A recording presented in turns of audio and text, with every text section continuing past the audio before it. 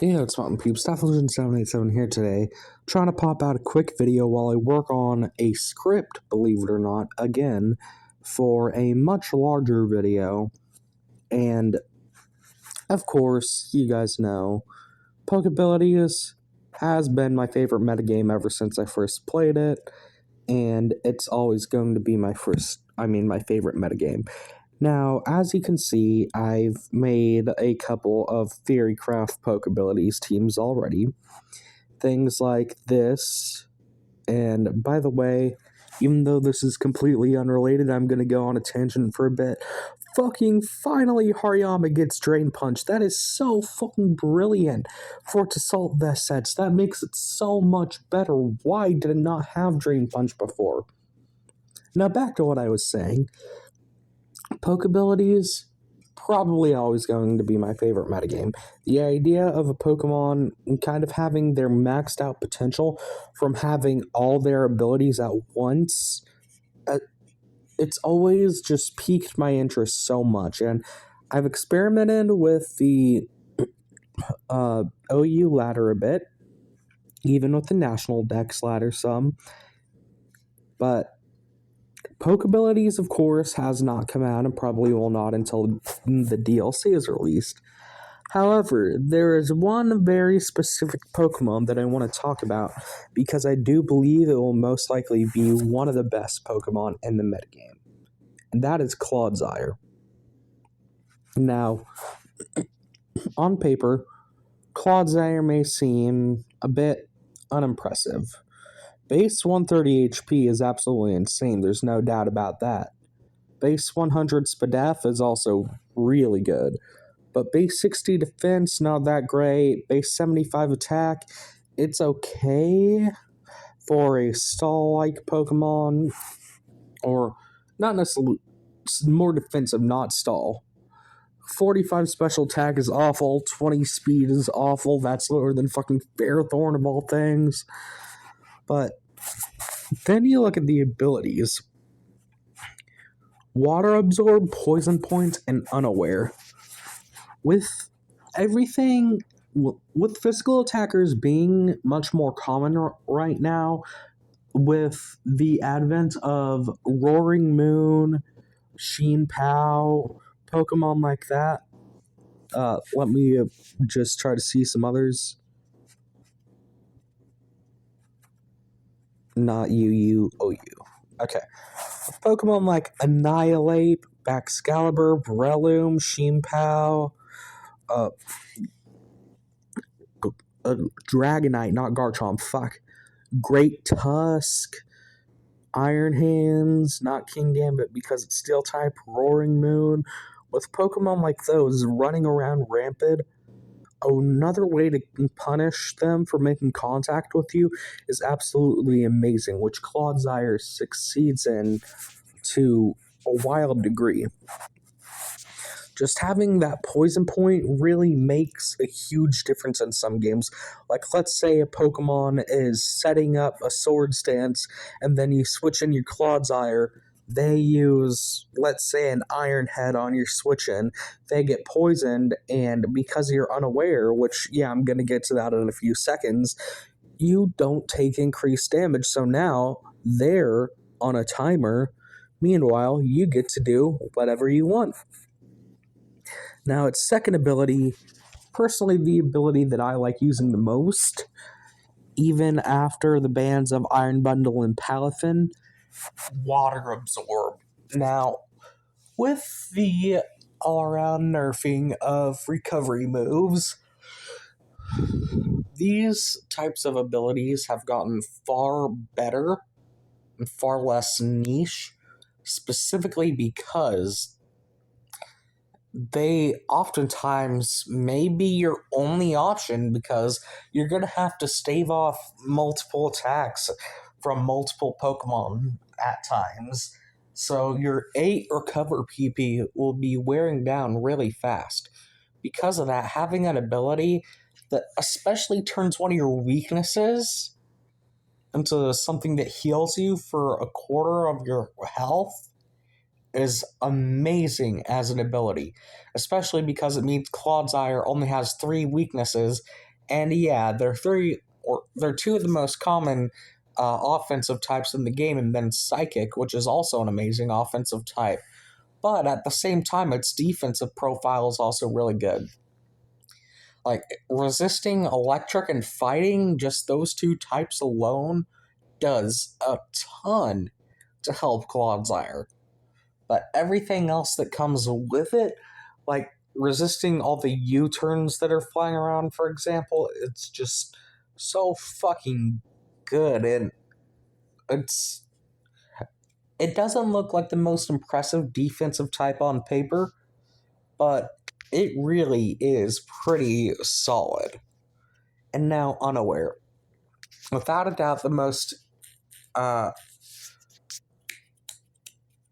what does it?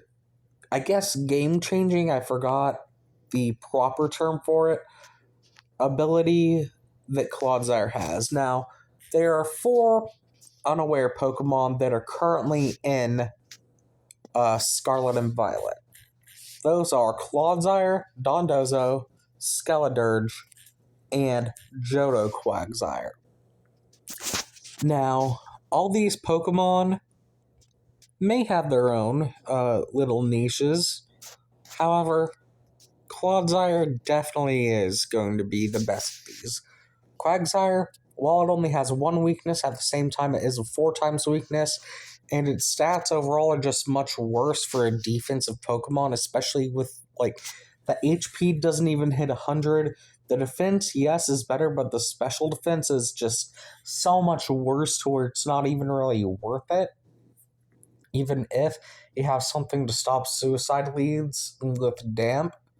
Skeledirge, like, and Pokeabilities specifically, like, sure, it gets Blaze as well, but most of the time you're going to be running Boots, even if your Terra type isn't Fire or something that's weak, just because being able to repeatedly stave off the hazard damage before you Terrastallize is absolutely massive. It's pretty much a mandatory.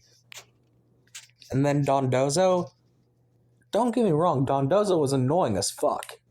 It's absolutely amazing, but in Pokeabilities specifically, it probably isn't going to be the best as anything other than maybe a Curse Sweeper, just because it can't be intimidated, taunted, or burned, which is pretty good for a Curse Sweeper, but at the same time, like, that's all that it really can do when you look at the move pool. It can't set up hazards, it can't spread status, because remember, even though it gets yawn, only one Pokemon on the opposing team can be put to sleep by your team at once.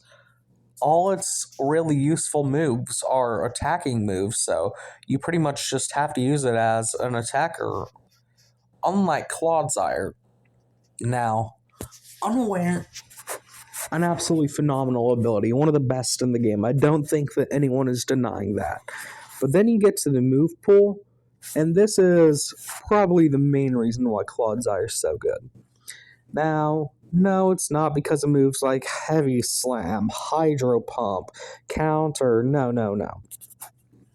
It's not because of the attacking moves, but because of rather the setup, or I guess setting up hazards could be considered setup, but more support moves. Like, you have every single hazard except Steel Spike, which only Gigantamax Copperaja, which I don't think will ever... Oh, wait, actually it is in Gen 9, but not the Gigantamax form or Dynamax, thank God. But back to what I was trying to say. Well, it has every hazard except for Steel Spike and Sticky Web, which is absolutely brilliant. It's one of the few Pokemon that gets Toxic in Gen 9, which has major benefits. Let's see, is there anything niche down here? You're never going to use Venoshock. You're never going to use Chilling Water, even though it's kind of like a pseudo Scald. They can just switch out. Okay, so hazards are definitely going to be the main thing, but then you also have things like Haze, and you may be thinking, isn't Haze kind of redundant on an unaware Pokemon?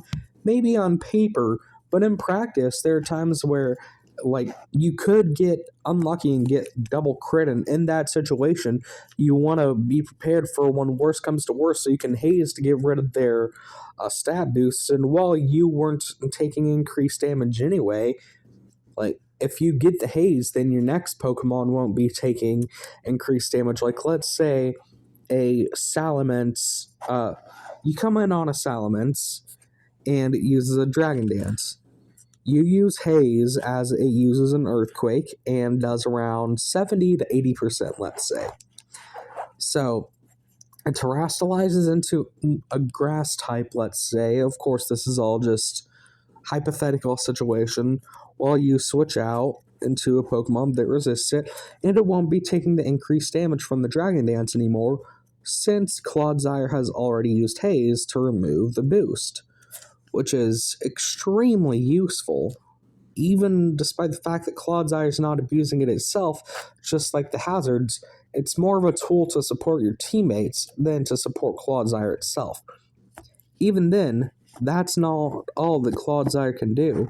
With all of this, Clodsire does get reliable recovery and recover, even if it only has 8 PP, like all recovery moves. Now, I already mentioned how it gets toxic, so it is quite a fair threat to stall teams, especially because it absorbs toxic spikes and resists Stealth Rock, which means that you'll be healing off Stealth Rock with just one turn of Black Sludge or leftovers, and you can put all these stall Pokemon on a timer.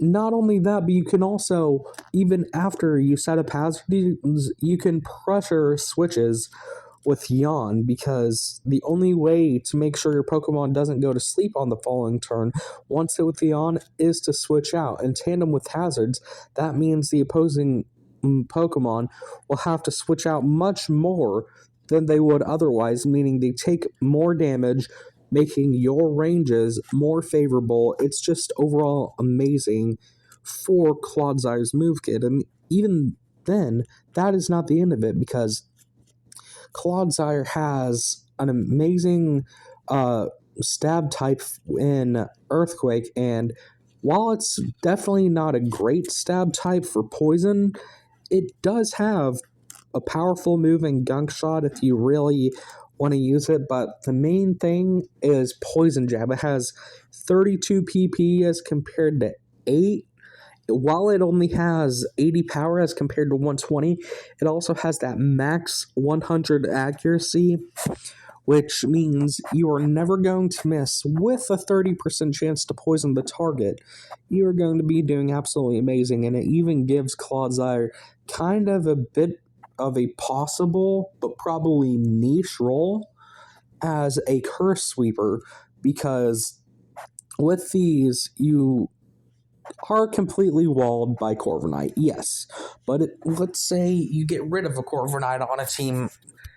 Sure, there may be a few things that could get in your way, but like once you get up to that level, like +6, very little will actually be threatening you in any way.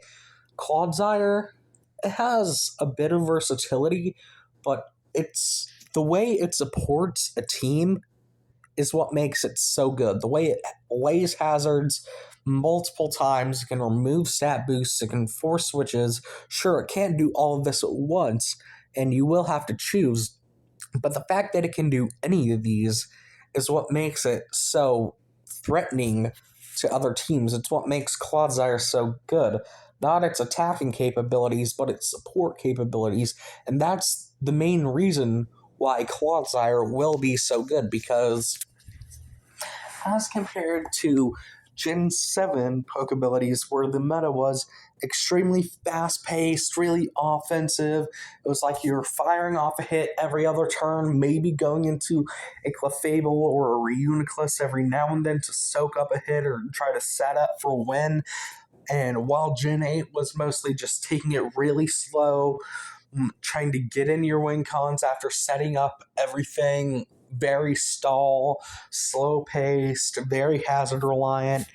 This metagame is more like not getting in your sweeping threats and setting up immediately as soon as possible, but rather supporting an overall onslaught of multiple different Pokemon by making their ranges more favorable. And that is what Clodsire does best, which is why, in my opinion, it will be the best Pokemon in this new generation of Pokebilities. Anyways, guys, this has been Tough Legend 77, and I'm out of the house. Bye!